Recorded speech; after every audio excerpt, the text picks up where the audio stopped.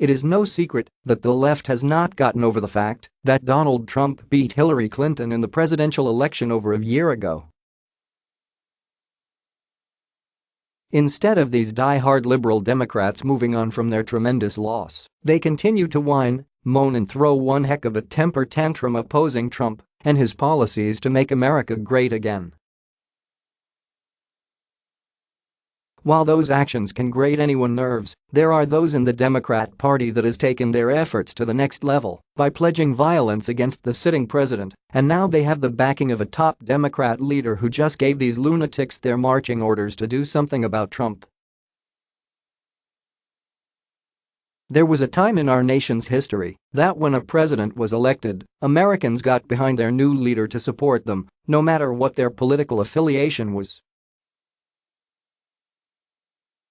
However, that was then, and this is now when our country is more divided than ever thanks to the liberal policies of Barack Obama during his destructive presidency. Now, we have political leaders defying President Trump every step of the way, and some even going as far as to call for violence against him publicly.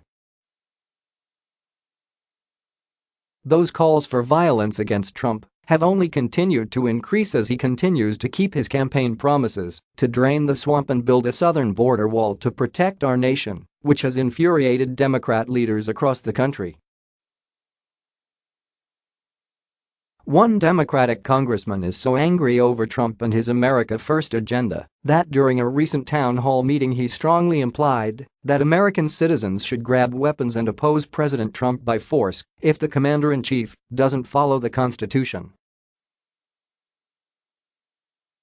Yep, you read that right, and of course, the mainstream media will spin this in a favorable light as they always do.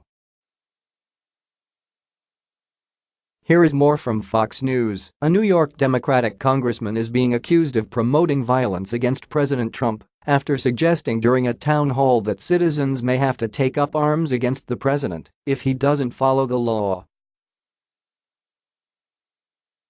I mean, this is where the Second Amendment comes in, quite frankly, because what if the president was to ignore the courts? What would you do? What would we do? Rep.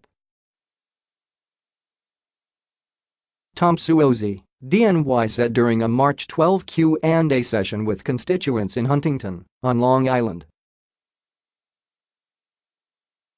It's really a matter of putting public pressure on the president, he said. The exchange was captured on a Facebook live stream. After Suozzi referenced the Second Amendment, a constituent asked him to explain the amendment.